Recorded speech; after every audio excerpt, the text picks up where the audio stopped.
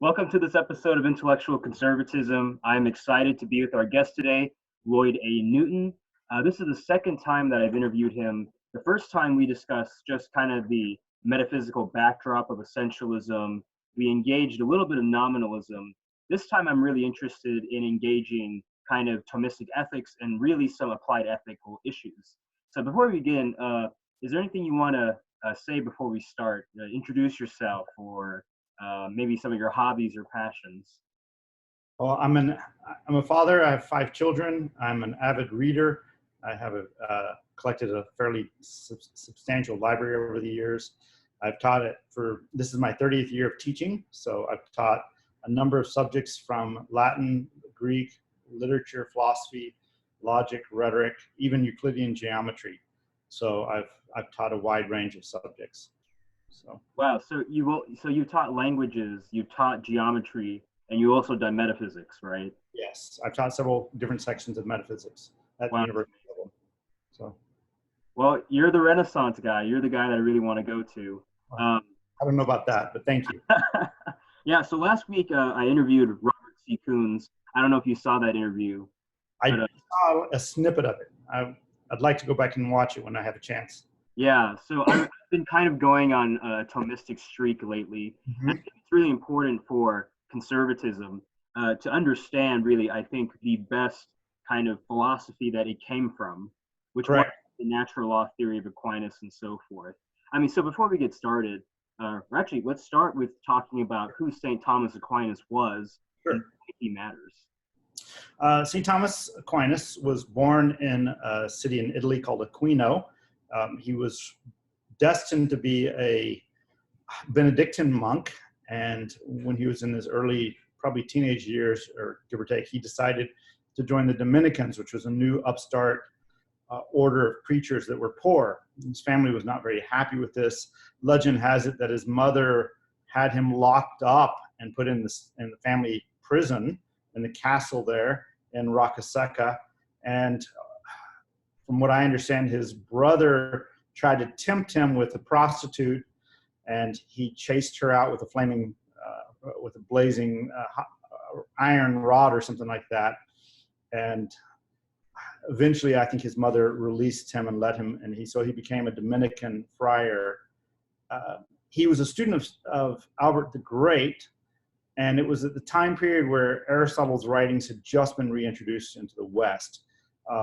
Aristotle's writings had been lost around probably the 500s. Augustine himself in the 400s complains about how difficult Greek is, and there were very few people at that point in the West that knew Greek from then on.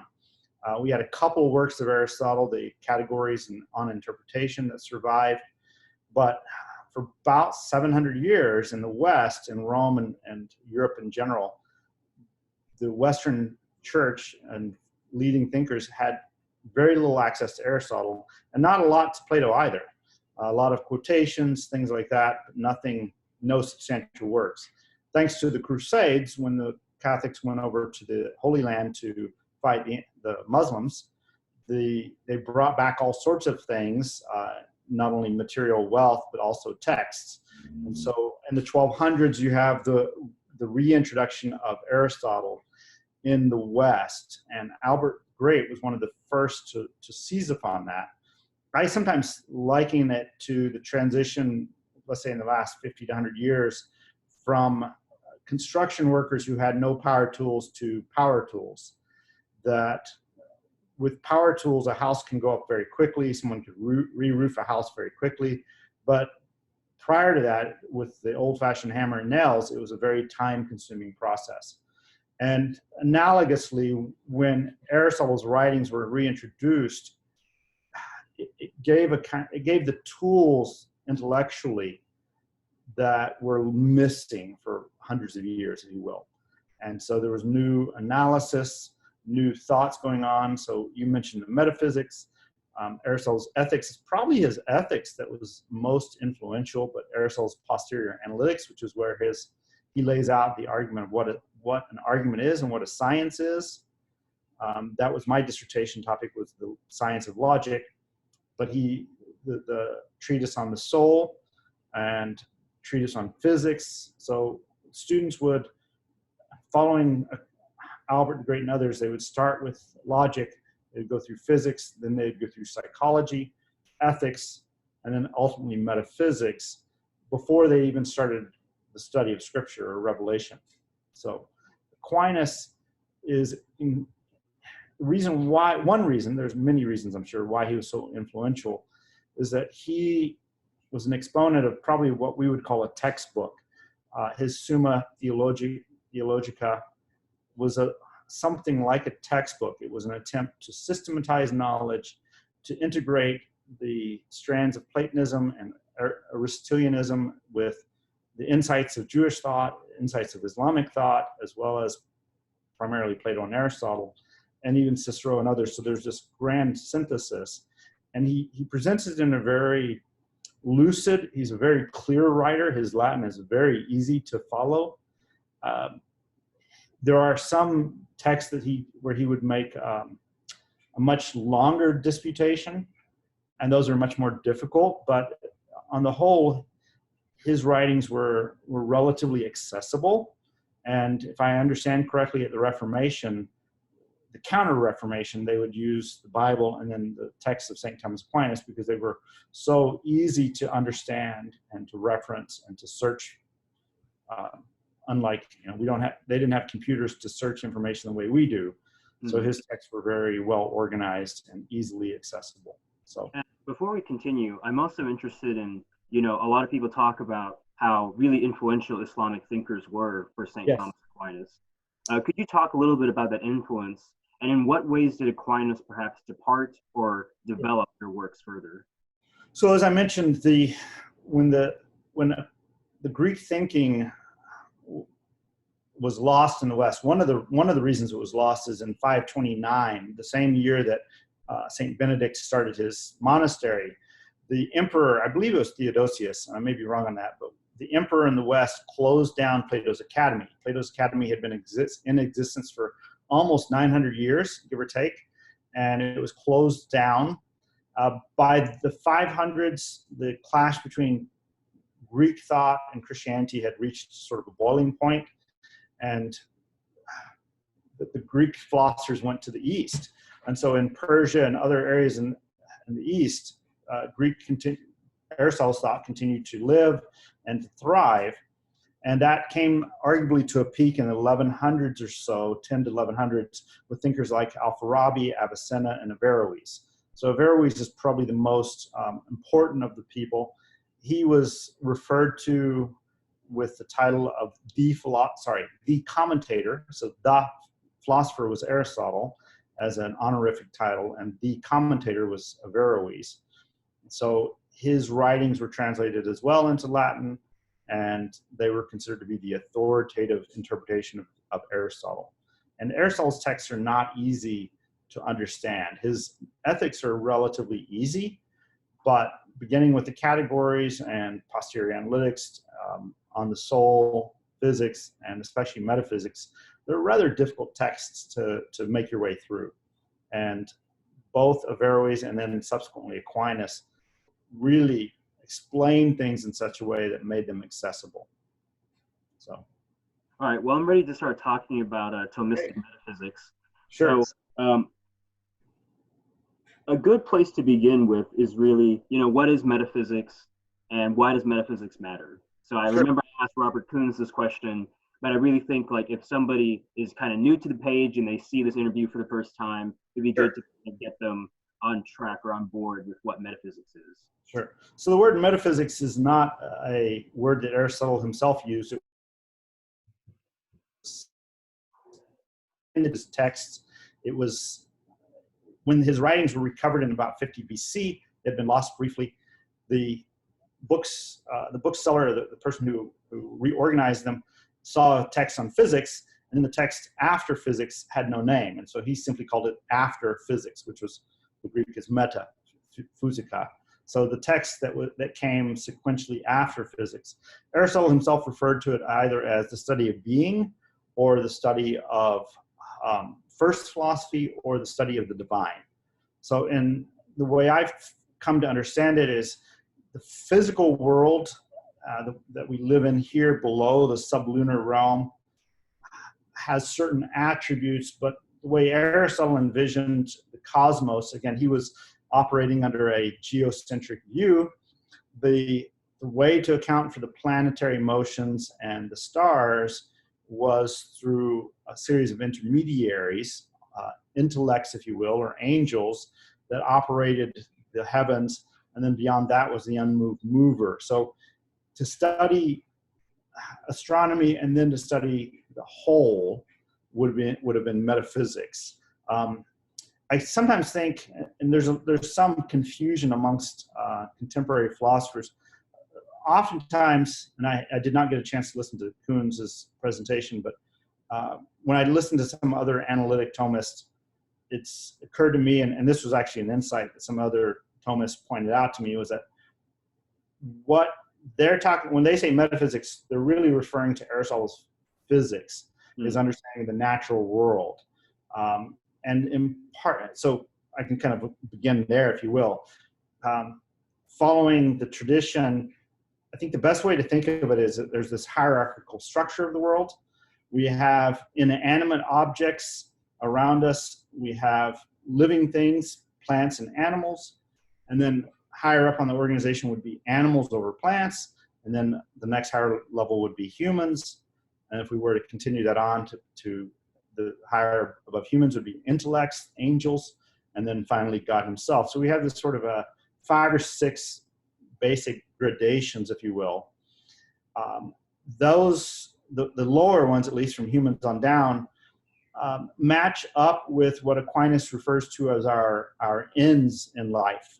He refers to the end of self-preservation. So all beings in the universe, whether animate or inanimate, strive to stay in existence.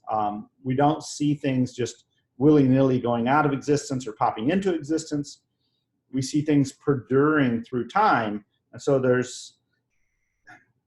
now we can't say that these things intentionally want to stay in existence, but rather we simply say that they have this tendency to stay in existence. Then we look at living things and we see that they not only want to stay in existence, but they also reproduce. So now we have an existence spread throughout time based on kinds or the different genera of things. So one oak tree or another may die and disappear, but oak trees have survived for thousands of years. Same thing with all different plants and animals. When we take another step up, we get to animals and their existence. We see not only do they reproduce, they stay in existence, but they have sensation and they have an awareness of the world around them. They also have, the higher animals at least have some sort of community. So you have various animals. And then when we turn to humans, the picture changes a little bit. Humans have all those other elements, but we have a degree of freedom and a degree of participation in what is reasonable that the other ones don't have. So it's reasonable that inanimate things stay in existence. It's reasonable that plants reproduce themselves. It's reasonable that animals, the higher animals, come together in societies. But they don't know these things the way we do. They pursue them, but they don't understand them. Whereas humans, we have this ability to know what we're doing. Right? We have ability to plan for our future. So those gradations of being then fit nicely with the cardinal virtues. So you have, roughly speaking, the command to be moderate will help you flourish insofar as your basic pleasures. Often those concerned eating and drinking and sex and just entertainment. If we let those things consume us, then we will neglect the higher things in life. So we need to be moderate in respect to those. And then we need to be able to protect our family and our society, so courage comes in. The ultimate act, of course, of courage is on the battlefield, and tomorrow we celebrate Veterans Day, so we have that as a virtue. And then we think of the justice of society. So humans, the way we treat others, building a foundation for friendship. And then ultimately would be the goods of the mind, the pursuit of knowledge and wisdom. So we have the cardinal virtues of moderation, courage, justice, and wisdom. So that's kind of a basic understanding of not just Aquinas, but Aristotle and the classical Platonic Aristotelian tradition, how to think about life. And I think when we think about the way we live, we want to live a good life, right? We intuitively understand that pain is bad. We want to have possessions around us. We want to have pleasures. We want to have good experiences. And so the idea of a good life, a life well lived, a life with few, if any, regrets, right? We unfortunately all know of decisions we've made and we regret them. And we look back at those and hopefully learn from them, or we see other people who make mistakes and we try to avoid those mistakes. And so we want to live a life, I think Aquinas would say we naturally want to live a life that's a life well lived, right? It's a good life. No one wants more than their share of suffering, right? We know life entails suffering, but we want to avoid that as much as possible. So if we could go back to the beginning, Sure. kind of comments about things having the tendency to remain in existence. If I'm not mistaken, for the scholastics, the Aristotelians and so forth, there was a relationship between being and goodness itself. Correct. And I was wondering if you could unpack that relationship some more, because Aquinas would talk about the perfection of things, the fullness of things. And Sure. So, yeah, that's a great thing. He has a text called the De Hebdomadibus. It's a commentary on a short, very, very short text of Boethius. And so being and good and true, in fact, in a beginning logic class, Aristotle lays out what are called the 10 categories, or the 10 predications. So if we look at the world around us, we have substances, things that exist on their own. And then we have the measure of those in terms of quantity. We can count things and measure things. Then we have the qualitative aspects of things, either the colors or the sounds, the virtues and the vices. Then we would have relations, whether those relations be such things as larger or smaller, or father and son, or teacher and student. We have various relationships. And then the other categories would be time and place. So it's now Sunday evening. I'm in Phoenix, you're in Kansas. We would have possessions, the things that exist around us, the fact that we're both sitting down, and am I leaving any out? Time, place, action. Oh, our activities, most importantly, our activities and what is done to us, our passions, things that we suffer. Each of those 10 categories exists in some way, and there's kind of a structured layering effect, if you will. Substance exists fundamentally, then quantity, then quality, and then the other 7 relations, or sorry, 7 other accidents. Above them all is the notion of the transcendental. So any one of the hierarchical taxonomies, if you will, and so each of the 10 categories has a taxonomy. I'm not sure if you know Porphyry's tree, but a Porphyrian tree for substance, a Porphyrian tree for quantity, a Porphyrian tree for quality, and so forth. Beyond, and the categories do not cross over. So quantities are not substance, qualities are not quantities are substance, or relations, so forth. But beyond them, above them, transcending them, are these notions such as being, truth, and goodness. Unity is I think Aquinas adds unity, and there are a few others there. Specifically, when we think about goodness, though, it's not entirely, it's true that they're synonymous. So to say that something exists is to say that it's good. But there are some qualifications, there are some differences, and this is going back to the text on Boethius. Substances exist simply, and the accidents exist in relationship to the substance. When it comes to goodness, it's just the opposite.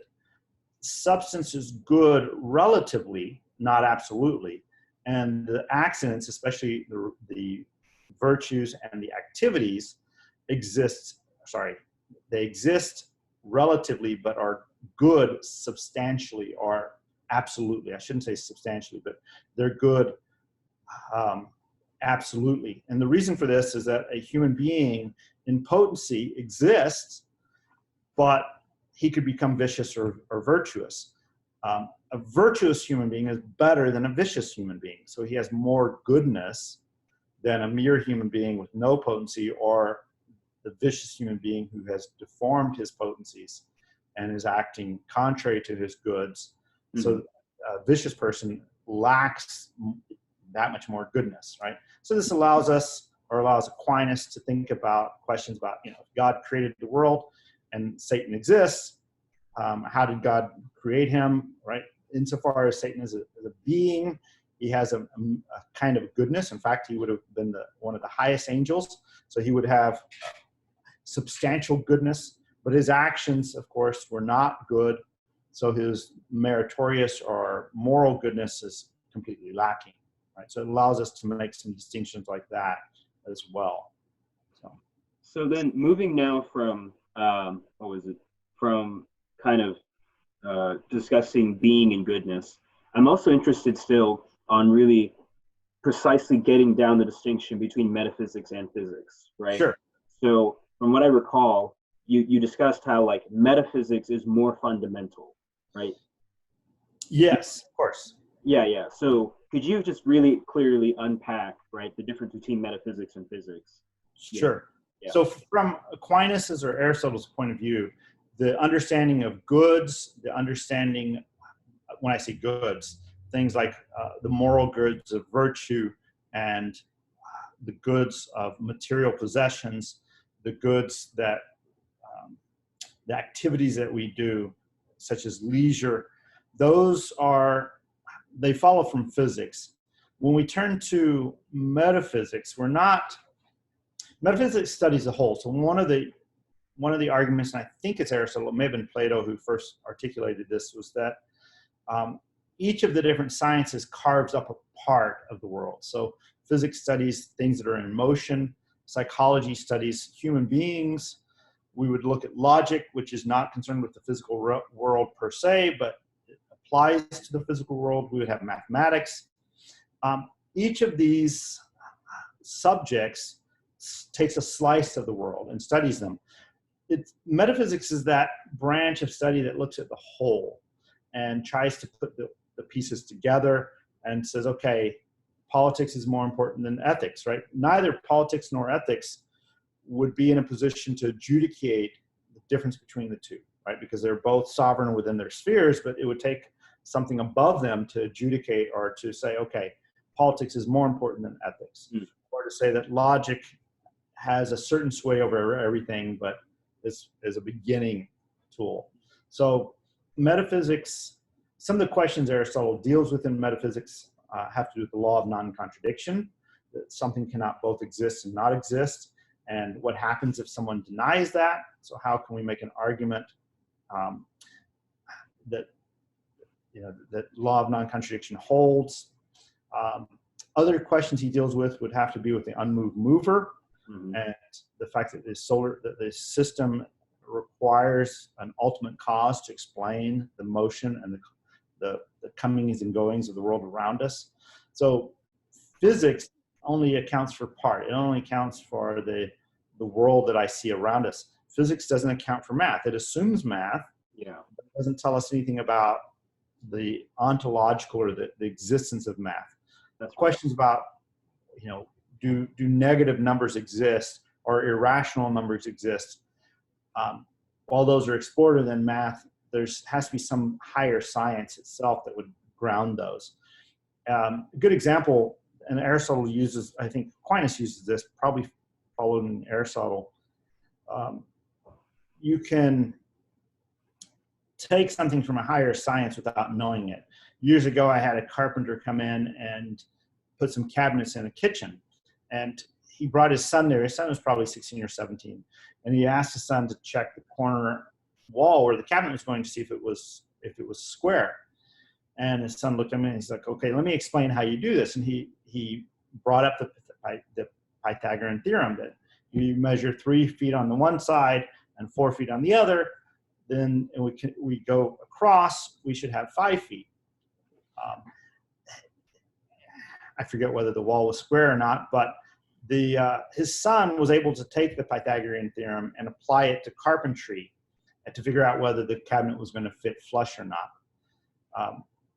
Mathematics would, if you were to study Euclidean geometry, would know why that is true, right? So it's not a given, it's not a starting point in mathematics and geometry. It's proposition 47 in book 1.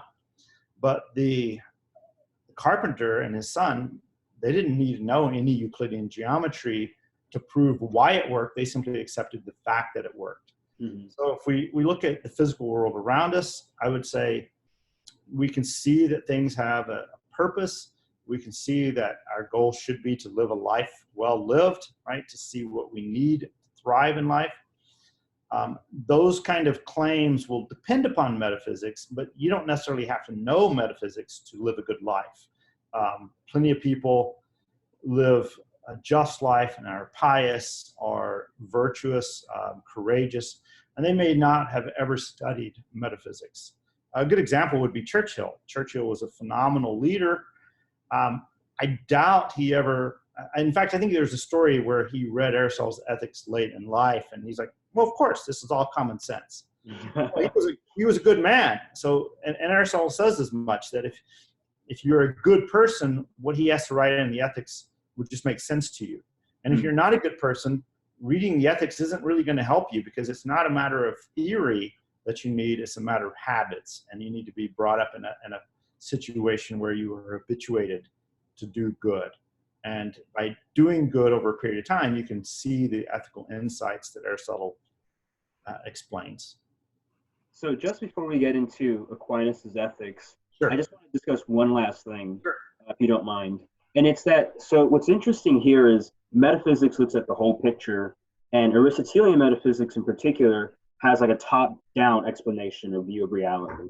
So it doesn't try to account for the nature, if you will, of things through its parts. It considers the parts as being unified under essence or nature. Right. So, I mean, and there are two directions that I'm thinking taking this question. The first is the fact-value distinction, is, you know, touted by Humeans and sure. very popular nowadays. Sure. And the second is, well, yeah, so we can do the fact-value distinction, and then also really how one's metaphysics will shape one's ethics. Right. That makes sense, those two.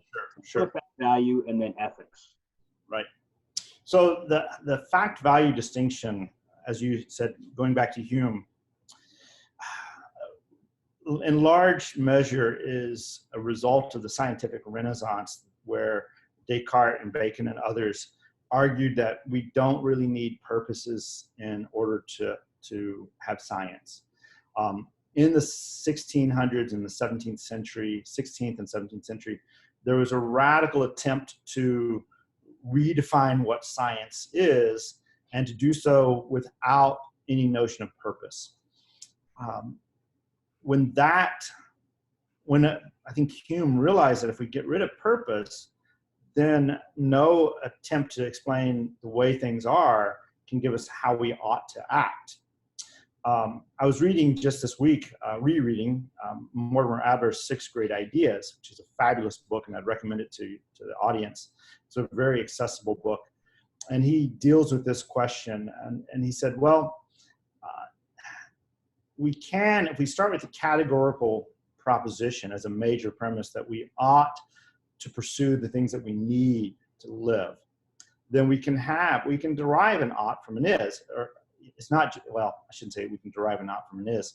We can derive a conclusion of what we ought to do, because our major premise contains that we ought to pursue things that we actually need in order to live a good life.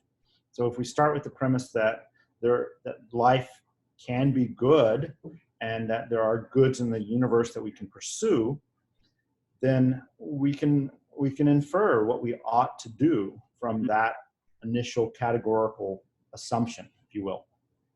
Does that make sense? Yeah, and what I found fascinating is that I found that a lot of atheists nowadays are beginning to accept, okay, look, there is normativity. Sure. There's cognitive normativity, epistemic normativity, right? So you should accept the conclusion of a true argument. Right. right? Or let's say argument A is a sound argument. Well, that in itself provides you reasons to believe it, or Right. you should believe it, right? But I think what I've noticed is that a lot of atheists are hesitant to say the natural world contains normativity within it. Sure.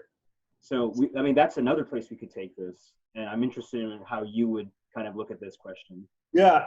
One thing that I try to teach my students has to do with the nature of the word science. Mm-hmm. I asked a colleague one time about the scientific method, and he looked at me and he said, "Which scientific method?" And which was really, it took me back for a moment. And then a moment of reflection made me realize that, well, of course, there's not one scientific method. Plato had his scientific method. Aquinas had a different scientific method. Descartes had a different scientific method that today's scientists would not accept. But the idea, and I've been trying to work on writing a paper about this. If you Google the notion of scientific method, the number of steps, you'll find anywhere between 3 or 4 to 8 or 9 or 10 steps. So a moment of reflection says, well, wait a minute. Is it 4 steps, 5 steps, 6, 7? I mean, if the community at large can't even decide how many steps are in it, well, there's some problem, right? The word science simply comes from a Latin word meaning to know. How do we know things, and what kind of things are knowable? I can see that I'm talking to you, even though you're in Kansas, but through technology, we're having this conversation. I can see, I can feel the world around me. There's all sorts of things that I know that aren't conclusions of the scientific method, if you will, the modern scientific method. One of the things I've tried to emphasize with my students is we know that the purpose of the eyes are to see. The purpose of the eyes, the purpose is to see. No one goes to an eye doctor and says, my eyes, they don't taste food very well, or they don't hear very well. Well, of course not, right?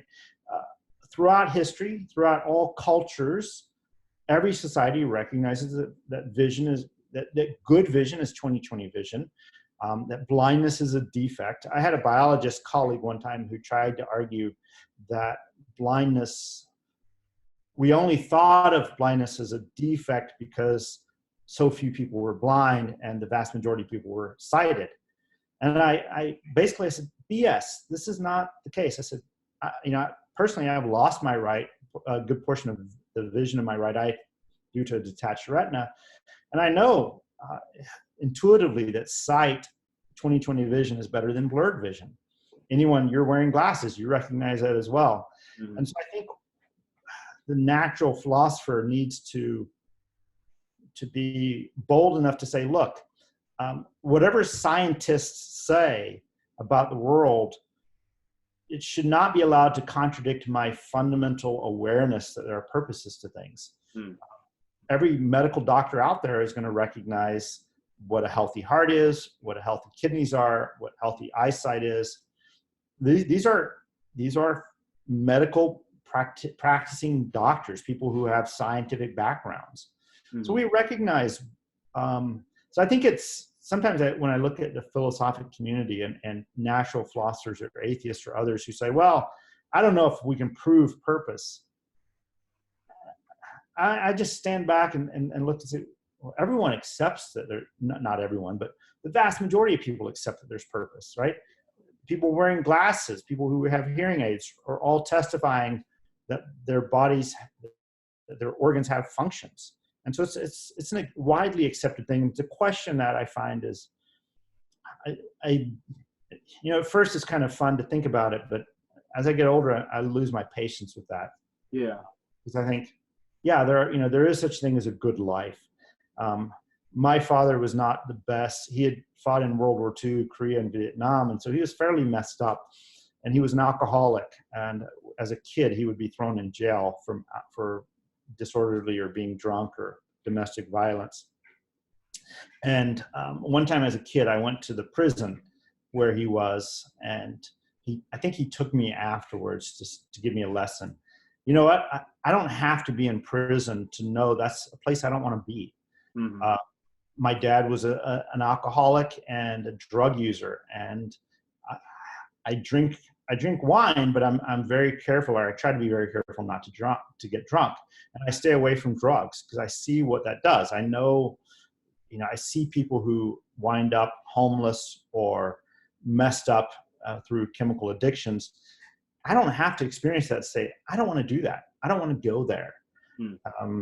So I think if we think about a good life lived well, what does that mean? Well, it means someone who is wise, someone who is courageous, someone who's just.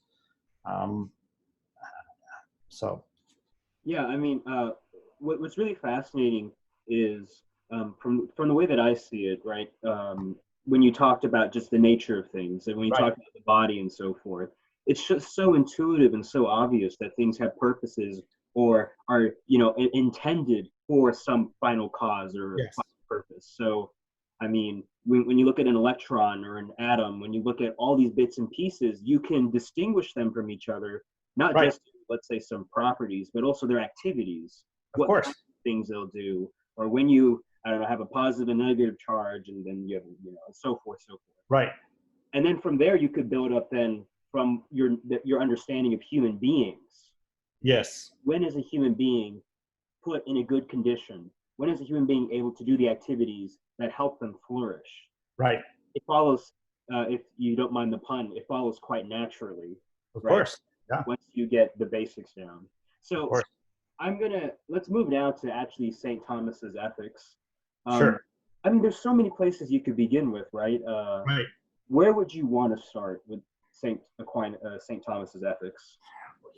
So some of the questions you proposed to me earlier dealing Yeah. with death penalty and abortion, it took me a while to realize this, but there are negative prohibitions, right? Not to kill, not to steal.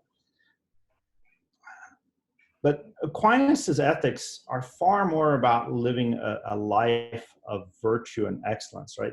Starting with the notion of happiness, which is where Aristotle starts, and Aquinas follows this, that we have this purpose in life. We all intuitively recognize that we want to be happy. And I'll raise this with my students. I'll say, okay, you can say why you came to college class or to high school, whatever. You can say, well, I want to get a job. I can ask you why you want a job. Why do you want to get married? Why? I can keep asking these questions, but eventually you come to the claim, I want to be happy. And I can't, if I ask you, why do you want to be happy? You no longer have an answer. No human being, other than just saying, well, it's because I want it, or it's good, right? It's at that point, there's no further explanation. Say, well, happiness is going to make me whatever. But having a job, having a family, having a career, all these things are means to happiness, right? So happiness, and we see that in the Declaration of Independence, that we have this right to pursue happiness. It's not, having said that, we then, Aristotle and Aquinas, immediately recognize that different people have different conceptions of happiness. Some people think happiness consists in money. Some people think happiness consists in pleasure. Others think it consists in honor. So there's an agreement that happiness is a goal, highest good, if you will, but a disagreement on what that is. And again, I think Adler is a really good, careful, clear thinker on this. He goes back to the difference between needs and wants. We have basic needs of health, wealth at the very bottom as a means to acquiring things, health, bodily pleasures, honor, then the goods of the mind and goods of friendship, right? So we have these basic goods. And one of the things I'll point to my students is there's 7 billion people on this planet. And if we're talking about what are the kinds of things that you want to pursue that people say would make them happy, we're limited to the possibilities on, two hands. There's not 4 billion possible answers out there. There's less than a dozen possible answers out there. So given the 7 billion people, how is it that all human beings have, even who disagree, can only articulate 8 or 9 possible answers to what is happiness, right? So the notion of what is happiness is actually very well limited. Philosophers have thought about this. And so we think about the different kinds of goodness that exist in the world. I mentioned this hierarchical view where we have bodily pleasures, we have something like honor. We have a just society that allows for friendships. And then we have the goods of the mind, right? It's no one wants, or at least should want, or should be satisfied with having the same knowledge now and in 20 years from now, right? As I look back, growing up, I was relatively content with what I knew, but I would be ashamed to say if I hadn't learned anything in the past 20 years, right? So I'm constantly learning things. And that's one of the unique things about animals. In contrast to animals, humans can constantly learn. Other animals can't, right? You can teach a dog a few tricks, a few words, commands. You can teach some of the other animals, other domestic animals, a few things, but you're extremely limited on what you can teach them. But humans have this unlimited, limitless capacity to learn. And I think that's reflective of the fact that we are made in God's image as rational beings, right? Aristotle's definition of God is a self-thinking thought. So he's a thinker, one who wills the good. And so humans can think about, we can reflect upon the cosmos, we can reflect upon our place in it. And that's part of what makes it a life worth living, right? As opposed to just being the couch potato who is amused all day. I think that kind of existence, I hope I never find myself in a position like that, where I as a teenager, I spent way too much time watching television. And after reading Neil Postman, I got rid of my television. And for the most part, I haven't had one most of my adult life. I find it far more enjoyable to read books. And it's funny, the students will sometimes ask me, don't you get bored? And I think, I don't know what boredom is. I have so many interesting things to pursue, so many books I want to read. I'm never bored. I'll find myself waking up in the middle of the night and turn the light on and start reading. If I find myself a few minutes aside before class starts or in between classes, I'll open up a book and start reading, because it's an enjoyable habit. It's an enjoyable thing to do. That's wonderful. Well, let's now go to St. Thomas's applied ethics. Sure. Let me see here. I mean, there are some other questions that were there, but I think we can gloss over and actually go to the real nitty gritty. So Sure. It's very fascinating that both Rob Coons and you agreed on the fact that Aquinas and Aristotle are focused on this, I hope I'm pronouncing this properly, eudaimonia, happiness, right? But it's not just like mere pleasure. It's right. Absolutely. Of completion and unity of the soul, if you will. So I'm interested in, before getting into some of the, or actually just providing a little bit of a commentary on the issues we're about to discuss, we're going to be looking at the concept of autonomy, so the sanctity of life, dealing with euthanasia and abortion. We'll move to the death penalty, and a little bit on sexual ethics. What's actually fascinating about all four of these issues is all four of them, at least for contemporary liberals, happiness has something to say about each of them, or at least their conception of happiness. Right. Euthanasia, if you're in misery, well, if happiness is the greatest good, then kill yourself, it's fine. Abortion, you're not happy having a kid, kill the kid. With, let's say, the death penalty, right? The death penalty just seems so cruel, and life is supposed to be well lived, so at least let them, be in prison. Let's not have the death penalty. Sexual ethics, just be happy, don't hurt anybody. Sure. So there's so much to talk about. Let's talk about the sanctity of life.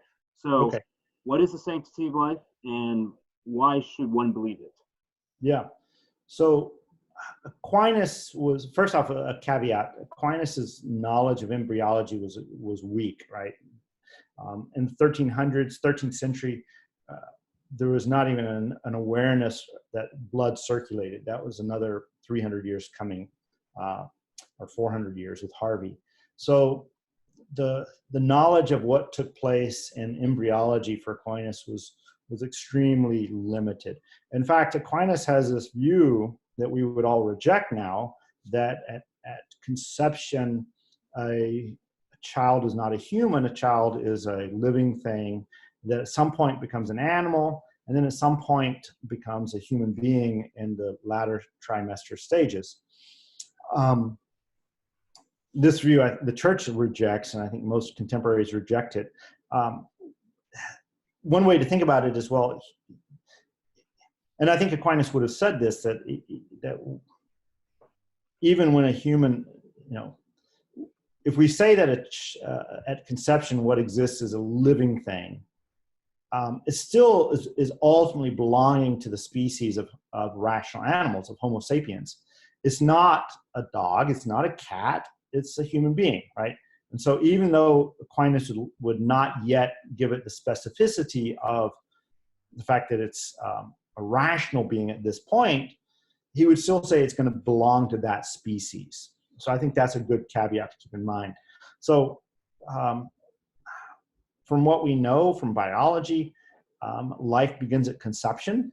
There's a study, a PhD student, I think he's graduated now, from the University of Chicago, who did, are you familiar with this? He did his dissertation on, it's a survey of, I want to say almost 6,000 biologists. It was the average person around the world says the biologist is the person who can say when life begins. And so he did this survey of almost 6,000 biologists, asking them when life began. And the overwhelming response was like 93% or so all said, well, it begins at conception. And a lot of them had misgivings because they recognized, if you say this, then the pro-life position follows naturally. So the idea that what you have at conception is a human being, and that you should not intentionally kill or harm another human being who's innocent. So a child, even a child of rape or incest, is a human being that has all the dignity of a human being. He should be protected, just as you and I are protected by the laws. So that would be the beginning of an argument for the sanctity of human life. So. Okay, so let's see here. So there's the issue of abortion, and then there's the actual doctrine of the sanctity of life, right? Sure. Some people might say, well, look, life is just a vehicle for pleasure, or life is a vehicle to live well. But Right. it's a vehicle. It's not in itself having any intrinsically good quality. Yeah. How would you respond to someone who has that position? To someone who says that life has no intrinsic qualities, I think that is contradicted by their choices at certain levels, right? They avoid pain, they continue to eat, they seek out bodily pleasures, right? So we can agree with them that bodily pleasures are good. However, we could also, I think, engage them and say, look, you would, through a conversation, we could realize, look, not all pleasures are good. We've regretted things. So a moment of reflection, we realize that we've made decisions that were good at a time or seemed good, apparent good, that we regretted later. One of the ways to think about this has to do with parts and wholes, right? So if we think about the pleasures of the mouth and how delightful ice cream or a beer or something like that would be, and the long-term, the health of the whole human body, or the good of the person as a whole. So I, a moment ago, referred back to my father. He was addicted to alcohol, right? It was a way to numb the pain in his life, but the result of that long term was horrible. Jordan Peterson tells the story of the episode of The Simpsons where Homer drinks, what is it, a combination of vodka and mayonnaise, and someone says, I pity you later. And it's like, oh, that's future Homer who has to deal with that. That's not current Homer. I'm sorry for him too, right? Well, we all will reap what we sow, right? So we will, unless we die, we will, the actions we do today will unfold in the future, right? So if we fail school, if we don't do our work, those are going to have long-term consequences. Yeah. Whether it's sexual ethics, sex outside of marriage, there's all sorts of implications, right? Sex is not something that can be safely separated from the child. So it's obvious that one of the goals, not the only goal, but one of the goals of sex is to reproduce children, and nature wants that, right? The word nature is to be born. It's related to the Latin term to be born. So the nature is fertile. It's reproductive. That's the very concept of nature. So this idea that you could take certain pleasures, again, of a bodily part and cut them off from the whole is misguided, right? It's like saying, you know, I want to have the pleasures of the sweetness of the ice cream, but not any of the health consequences of it. It doesn't work that way, right? You either, if you satisfy or try to satisfy, wants are, they're expansive. They never seem to get content, right? You never can satisfy your wants. If you don't control your wants, they will control you. And so what you wind up with are people who are obese or alcoholics, drug addicts, and they're consumed. Socrates gives a picture of the person who is enslaved by the tyrant of his wants, right? So some one want will become all pervasive, and that person will spend his whole life pursuing that one want, and he'll be ruined, right? He'll lose his friends, he'll lose his livelihood, likely, so forth. And we see that playing ourselves out. We see people who get divorced, who, a friend of mine here in Phoenix just married this woman who's had gone through a divorce, and her husband was intent on bringing in multiple women, and he was not satisfied with his wife. He wanted to have these sexual pleasures. And so he asked his wife one day, they'd been married probably 15 years or so, and said, hey, you know, I want a threesome, I want a foursome, and I want you to be part of it. And she's like, no, that's not a marriage. What you want, you know, you are addicted to this. Pornography, I suspect, had dominated his life, and he was enslaved to this. And so he lost his family, he lost his marriage, he lost his children, and that happens very frequently. So that's horrible. Yeah. So going to right. So I think I like your response because you're acknowledging, and no one actually really believes that the body, if you will, or life is just used for pleasure, right? Because we have qualifications all the time. Sure. Right. So it was the case that happiness, or not happiness, but let's say sensual delight, or life itself is just, however we live it, no matter what, is itself a basic good, then it wouldn't need qualifications if it is a basic good. Right. But we have, one thing, and I've been slow to realize this, the ancients, from Homer and Plato and so forth, recognized that a large portion of society will take that view. There's a line in, I'm trying to think of this, I want to say it's in Homer, where it's the idea that, well, one way to think about it is with Homer, right? So there's Homer's two great books, the Iliad and the Odyssey. The Iliad is about Achilles and his pursuit of honor. Odysseus in the Odyssey is his pursuit of intellectual, he's known as wily Odysseus, right? And he wants fame, but he also wants it not just by the sword, the way Achilles wants it, but he wants it through outsmarting, right? So he outsmarts Polyphemus, the one-eyed Cyclops, who has no, with one eye, he has no depth perception, so he can't see into the future. And so he's he's the truly autonomous, he doesn't care about gods. And Odysseus, of course, blinds him, right? And this is really interesting because when Plato gives you a story of the cave, I have to imagine that most Greek readers would have immediately thought of Odysseus and the Cyclops, right? That's the paradigmatic story of the cave. And so often in philosophy, we don't make that connection between Socrates' famous parable of the cave and Odysseus, but it pays reward if you go back and read those stories carefully.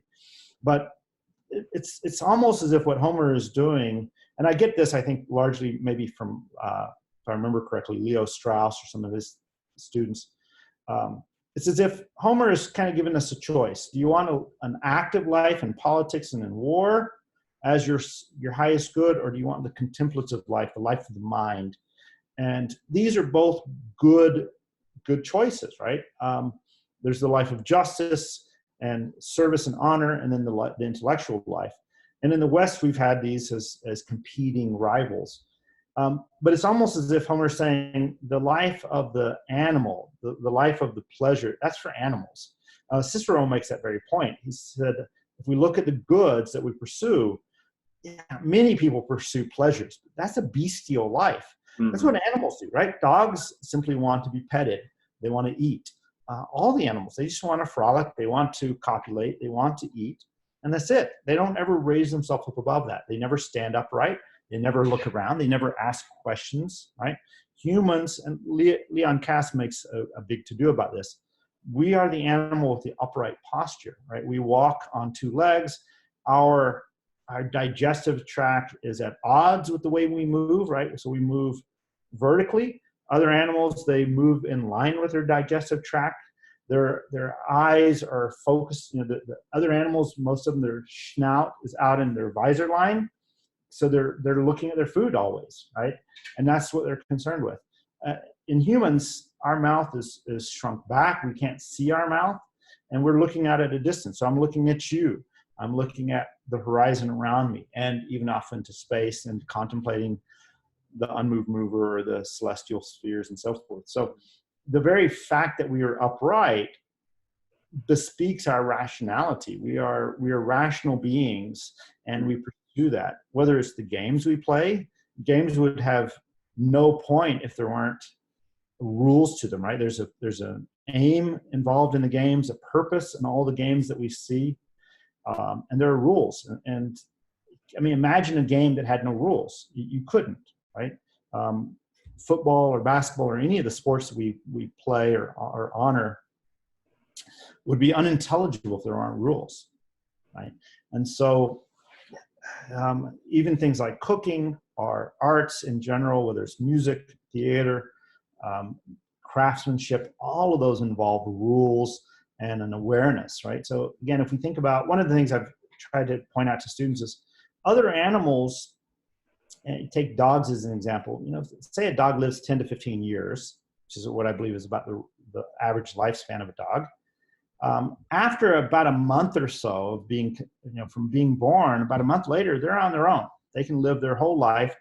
Many of them don't ever know their parents. They're taken away from, at a very early age from their parents, and they never see their parents again, and they function just fine. Other animals, within a very short period, proportionally of their life, they're out on their own. Maybe 1/10, sorry, not even 1/10, maybe 1/100th of their life, something like that. But humans, if we live to be 70 or 80 years of age, we don't leave our home until we're close to 20. So that's like 25% of our life is just learning as an education. Why? Because we have this plasticity that other animals don't have, right? So beavers know how to make dams, birds know how to make nests. They do so instinctively. You can't train a bird to make a dam, and you can't train a beaver to make a nest. But humans can copy both of those, right? And so the sheer variety of houses, for example, that we have, the buildings, from teepees on the plains of Kansas to the skyscrapers in Chicago and New York or other parts of the world, the vast difference, right? The difference between cuisine. There's a nice, good book, an interesting book called The Omnivores Dilemma. Yeah. I read it, where all the variety of foods that we can eat, and different cultures have their own different cuisines and foods. All of that is to our blessing and to our benefit. Life is so much more interesting. I mean, imagine if you were only limited to the kind of food that other animals are limited to, right? Other animals can't cook their food. Other animals can't ferment drinks. They can't bake bread.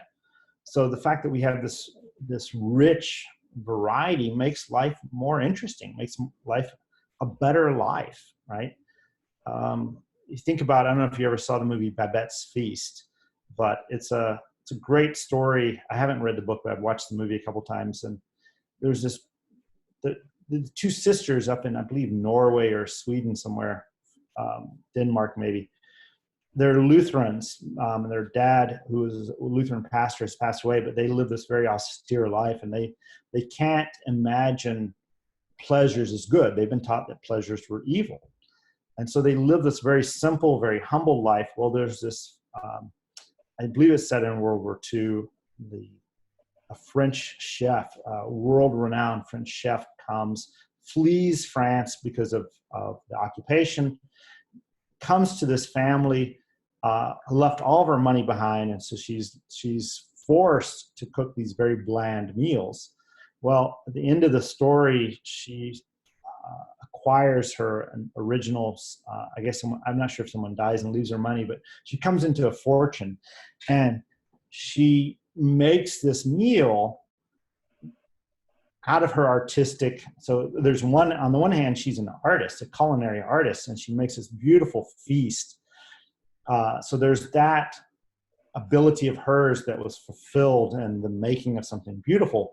But then the community came together, and they were really hesitant at first. It was this religious community, and they're all hesitant to they all swear, we can't enjoy this, right? And one of the guests comes in, he's a general, I believe, and he had traveled, and he tastes the wine, and I forget now the exact the phrases he used, but he identified the kind of wine it was and the area of France it was from and how much it would have cost. And the family, the Lutherans were just perplexed, dumbfounded, if you will, that there were these kind of distinctions between different grades of wines.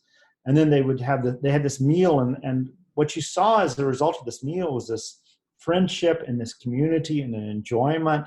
And it didn't lead them to getting drunk. It led them to a praise, a kind of a worship, that they were acknowledging their gratitude for the life, for this meal that was there. And essentially, of course, it's a meal, right, which is very symbolic in the Christian tradition. That it's interesting that the two elements of the Lord's Supper, right, the bread and the wine, are the two foods that other animals can't make, right? No other animal can make bread, and no other animal can make wine. They'll eat grapes and they'll eat bread, but they can't make it. And so the very thing that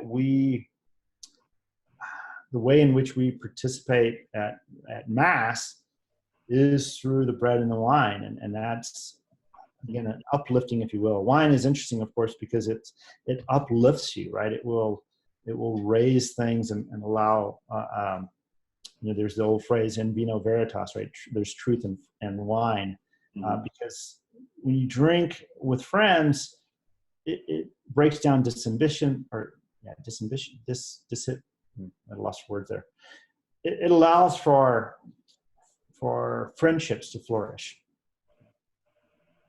Inhibition, that was the word I was looking for. All right. So here's kind of like how I approach the issue of the sanctity of life. Sure. Right? So from what we've discussed so far, existence would be a kind of perfection of something, right? Sure. So if something is in existence and it remains in existence, that is a kind of perfection. Right. And then second, we could conceive of something living as a kind of activity or tendency that it has. Absolutely. Right. Third, whenever we talk about something being good for something, whether it be pleasure or, I don't know, the delights of the body, it presupposes life, right? Because you, as the subject, cannot experience that unless you are alive. Of course. All conceptions of good presuppose life. Yes. And then the fourth thing is, when I was getting at with the discussion about, human culture and food and community, is we have this kind of unique membership, if you will, in the human family that no other creatures possess. And this is not due to, when we have a top-down view of reality, right, where essences and natures of things make the material world intelligible. Yeah. The embryo no longer becomes a clump of cells. The embryo is, in the fullest sense, a human being, just like me and you. Absolutely, right? Yeah, and I mean, like, that view makes total sense, because if you say it's a clump of cells, I mean, what's to stop me from saying you're a clump of cells, right? Right. I mean, metaphysically speaking, we are the same organism that formed at conception. And if we're not, then I'm kind of worried, like, when did I pop into existence and pop out of existence? Absolutely, right? All sorts of these weird questions come in. So then I guess this addresses a little bit about the issue of euthanasia. Sure. Right? Because life is not a good that you can simply wave away. Even, like, you can't, so for example, if someone says, well, it would be good for this person if they died, right, it doesn't make any sense. No.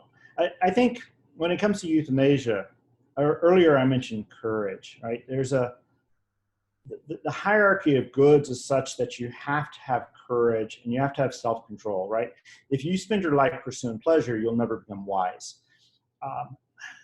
Just studying, the ability to control yourself and to read a book or to listen to podcasts like this, that requires a certain amount of self-discipline. That requires courage. You can't mature without courage. And so I think the idea of euthanasia, that there are these pains, yeah, there are pains in life. We all suffer these things. So if someone has a terminal illness, to choose suicide or euthanasia, I think, there's an old phrase, and it's the idea that suffering is redemptive, right? That undergoing difficulties can be worthwhile.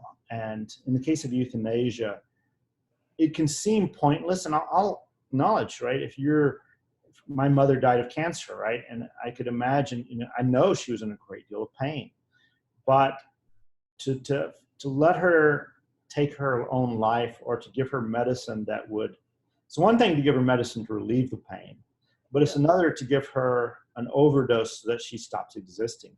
Mm-hmm. So I know someone whose sister recently committed suicide, and the family is just grieving terribly because of the pain, the missing person, right?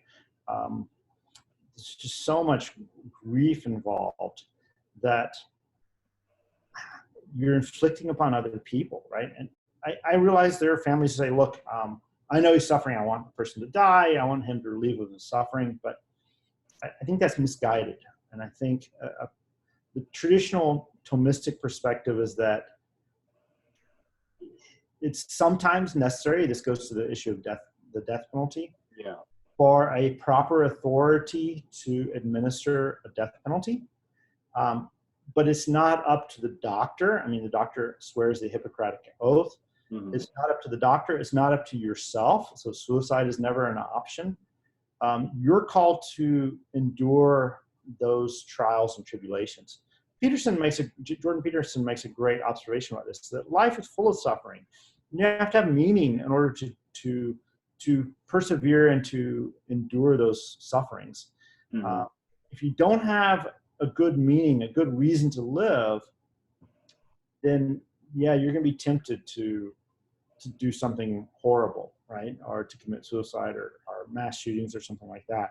It's the fact, and we haven't talked about this, but you've talked about, Aquinas is a Catholic, the idea of an afterlife, right? One thing that most all cultures recognize is some sort of judgment, right? We fear death naturally, and we recognize that we're constantly judging other people. We're constantly calling into questions whether what we did was right or wrong. And so I think there's a foreshadowing, a natural intuition. There is a judgment, right? And so to commit euthanasia or murder or suicide, there's a judgment afterwards. And that's a hard thing to say. And that's not to say God isn't merciful. It's not to say that there may be scenarios where the person's out of his mind. But to take an innocent life, regardless of the pain, is still not right. It's, as a Catholic, we believe that not all sins are all, at a certain level, all sins are sinful, but the degree to which you miss the mark, right, can vary greatly. So to neglect to feed someone through a charity program and to go out of your way to murder that person, it's vastly different, right? So it's one thing to say, in Catholic social ethics would look at, let's say, with the removal of certain extraneous helps to help someone on a deathbed that may prolong the person's life indefinitely.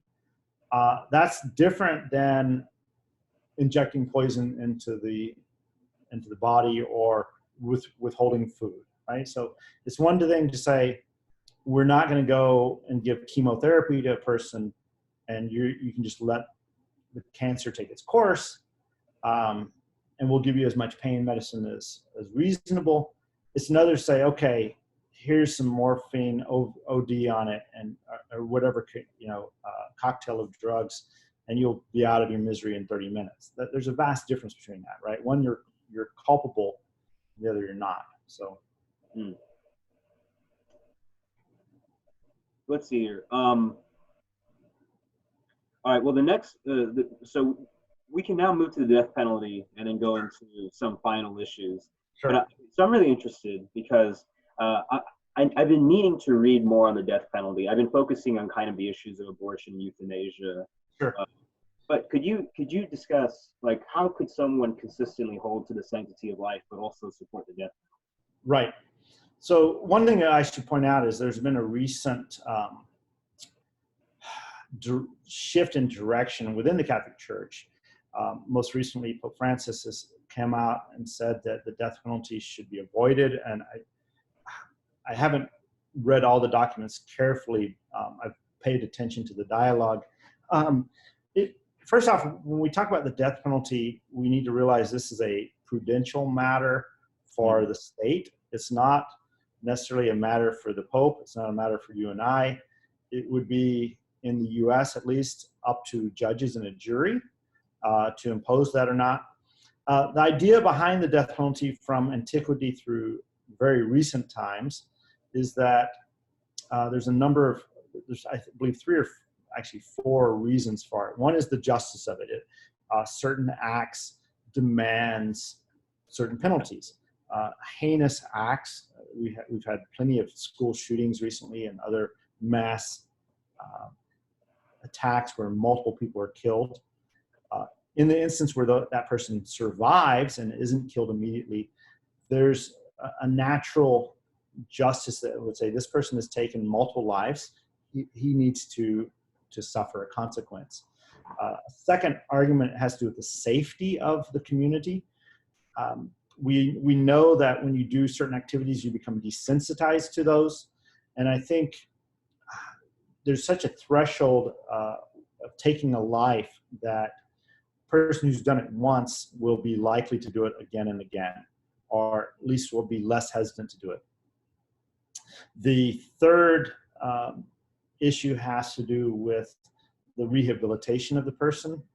The idea that the person is going to sit in prison for the rest of his life and reflect upon his life is, I think, wrong-headed. We know that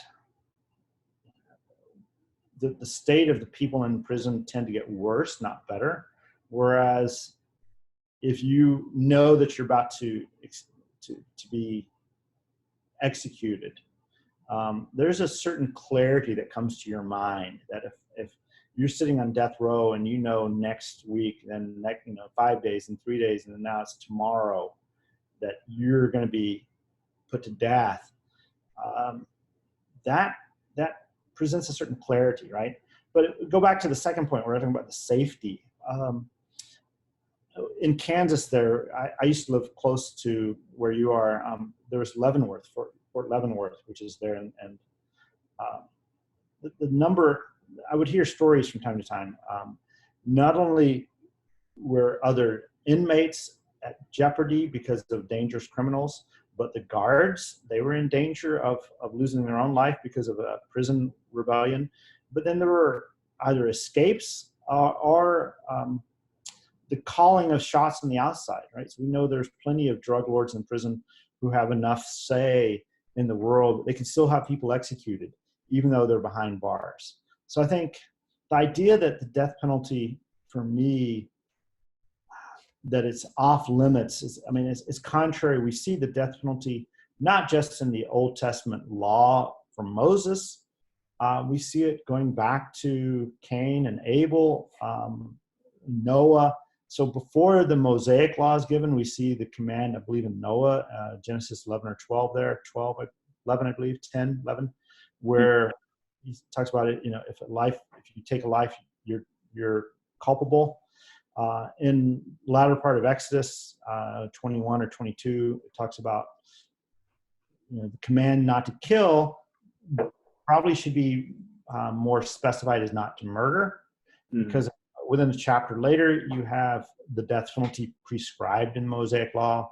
St. Paul, of course, refers to the sword as being God given to the authorities to punish evildoers. The early church acknowledged this. The scholastic acknowledged it. Interestingly enough, historically, the people who first opposed the death penalty were the atheists, because they thought this was all that life is, so why deprive this person of what little life he has, ignoring the fact that there will be a judgment afterwards, right? I think it was Russell Kirk, who had a nice little essay on the death penalty. And one of the things he said was, Russell Kirk had a guy who would come around his community quite often, but he didn't have it all there. So he was a rougher guy, not the brightest, and he would find himself in prison from time to time. Clearly lacked all the mental capacities. But when he was in prison, he would be tortured by other people. So he himself would become worse, morally worse, but he would be subject to abuse by other prisoners. So I think the idea that we can just put people in prison for the rest of their life, I just find that difficult. The other thing about that, well, if I could add in something really quick. Yeah. Well, so I'm thinking about also, the doctrine of double effect. Yes. So one of the conditions of double effect is that it has to be an action that at least it's permissible to perform. Correct. So, for example, some people would argue, well, if someone deserves to be killed because they killed somebody else, then would you say somebody deserves to be raped because they raped somebody else? Right. And it's like, well, no, because there are no conditions under which I could conceive, or we could ever conceive of rape being permissible. Right. But like, take killing, for example. Like, if I had to kill somebody in self-defense, I could perform that act and it would be permissible. Correct. So, and the idea that I'm getting from you too is that maybe the death penalty could be viewed as society's self-defense against a criminal. Absolutely. That's certainly the way it's described. Aquinas uses the example of a person who has to have a limb amputated, right? And there's plenty of cases where someone is in an accident, and it's a choice the medical doctor has to choose between amputating a limb or the person dying. And it's better to live life with one less limb or two fewer limbs than to be killed, right, or to die. In the same way, for society to thrive and to flourish, or even to exist, to allow a person who, as I said a moment ago, when a person commits a murder, he's crossed the threshold that he's likely to do it again, right? And we see serial killers who do it over and over and over again, right? It's unjust to the future victims or to the subsequent victims that the person wasn't dealt with in such a way that would absolutely prevent them from ever doing it again. A person who murders someone and is put to death will never murder a second person, right? If he is executed immediately, or executed it, not immediately, but within a reasonable amount of time. But we have plenty of statistical evidence of, again, people who break out of jail or even within jail who continually murder people. It's not fair to even the prison population. If you were in a prison for some reason outside of murder, to be in danger from other murderers there, it's not fair to you, or not fair to that prisoner. Right. So, Lloyd, I think we've been having a very fruitful discussion. I said it was going to be only an hour. I think it's crossed like almost 90 minutes. Yeah. Let's just close it off with one last question, and then I think we can call it a night. So, going on to the issue of sexual ethics. So there's a lot that we could discuss here, but let me kind of break it down to two parts. One is,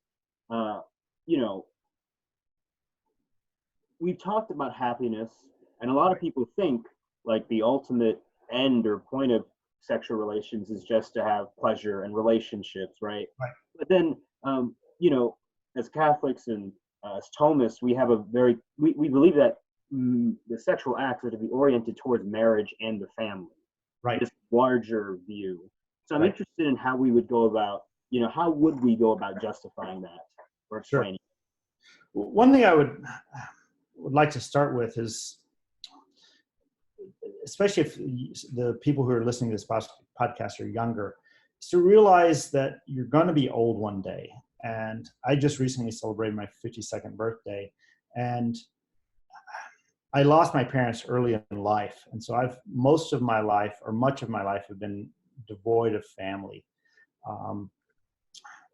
Or at least more, I lost my parents way too young, right? So the fact that you're going to be short of dying unnaturally, you're going to be 50, 60, 70 years of age. What kind of life do you want that to be, right? You're going to, again, unless you die prematurely, you're going to be 60 one year, 70 one year. What do you want that to look like? You're going to have material possessions. Society is such now that we have plenty of material possessions, so you're not going to be in want. You're going to have some bodily pleasures, although some of those are going to wane. But the things that's going to matter to you are family and friends. And the idea that one of the sadder situations are these people in their 60s and 70s who have no one, who have no family, and they're isolated, they're on their own. That's a sad kind of existence. I don't want that. I want to have family around. I want to have friends around. Conversations. You and I've been having a great conversation. Last night, my wife and I had some other friends over, and we had 4 or 5 hour conversation. It was delightful. It was one of the pleasures of life to have these kind of conversations. So I think when we think about sexual ethics, Janet Smith, I had her in class years ago, and she made a comment one time that there's no accidental pregnancy, right? To get pregnant, it requires certain activities. It's not an accident. We know what happens here. If I spill a glass of wine and I break a glass, that's an accident. I wasn't intending it. But when you copulate, even if you use contraception, the very act is designed for, let's think of it this way. There is no other act by which you can reproduce, right? You can't reproduce by shaking someone's hand. You can't reproduce, 2 guys can't reproduce, 2 girls can't reproduce. It takes 1 male and 1 female to reproduce, and that's the sexual act, right? And so to step back and say, well, again, earlier we talked about the parts in the whole. Yeah, there's an intense pleasure there, but to isolate that pleasure from the procreative aspect is misguided. Yeah. You wouldn't, it'd be like, is it bulimia where someone will eat and then throw up? Something like that, yeah. One of those disorders where... Would it be anorexia? Or? I think it's anorexia. It was one of those where you have someone who would eat and then immediately go throw up because they're addicted to the pleasures of the taste buds. They're trying to short circuit the thing. And that's arguably what happens with contraceptions, artificial contraceptives at least, is you're trying to enjoy the pleasurable activity and not have the consequences. Mm-hmm. It doesn't work that way, right? Nature, we see our society is in serious jeopardy now in Western Europe and America because we're not reproducing in the way that we should be. Mm-hmm. We have too small of families. We're not passing things on. Our school system, our churches, many of them they're imploding from lack of new regenerative life. And that's a serious problem. It's a long-term problem, right? Yeah. 20-year-old may not see that, but a 60-year-old would. Yeah. Well, good thing this 19-year-old sees it. Can I just close with three thoughts and then Yeah. I'll just get your final words on this. So I think the first thing that I really thought about, and this has helped me in my life too, when we understand that sexual activities are oriented towards marriage and the family, it really does give them so much more dignity and beauty. Yes. And I Yes. think too, like it helped me realize, why things like the hookup culture or the obsession with pornography are so horrible and so ugly and disgusting. Right. Because these people are engaging in an activity that is meant to be unitive, to create family, to bring them towards fuller relationship, and instead they're just treating each other as if they're getting something out of each Yeah. other. It's using people in the Exactly. worst sense.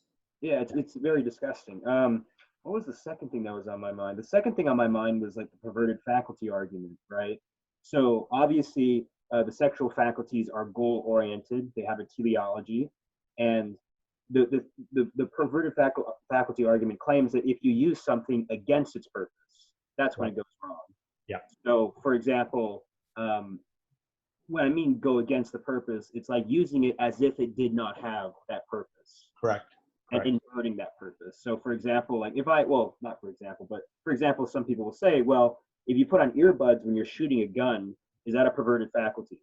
And it's like, well, no, because you're acknowledging that the purpose of the ear is to hear Right. and you're protecting it. In the Right. case of like, sexual activity that is not procreative, you are denying, right? And you're not protecting it, right? You're Right. not, Right. you're using it to avoid its natural end or purpose or function. You're going against the very goal of what that thing is oriented towards. I'm trying to think about the third thing I was going to say. Oh, the third thing I was going to mention was that I kind of find it funny. So you talked about, I liked how you began with talking about young people eventually becoming old. And I have a funny story about this. So, um, okay, this might be, okay. So I have a few friends of mine who are feminists, right?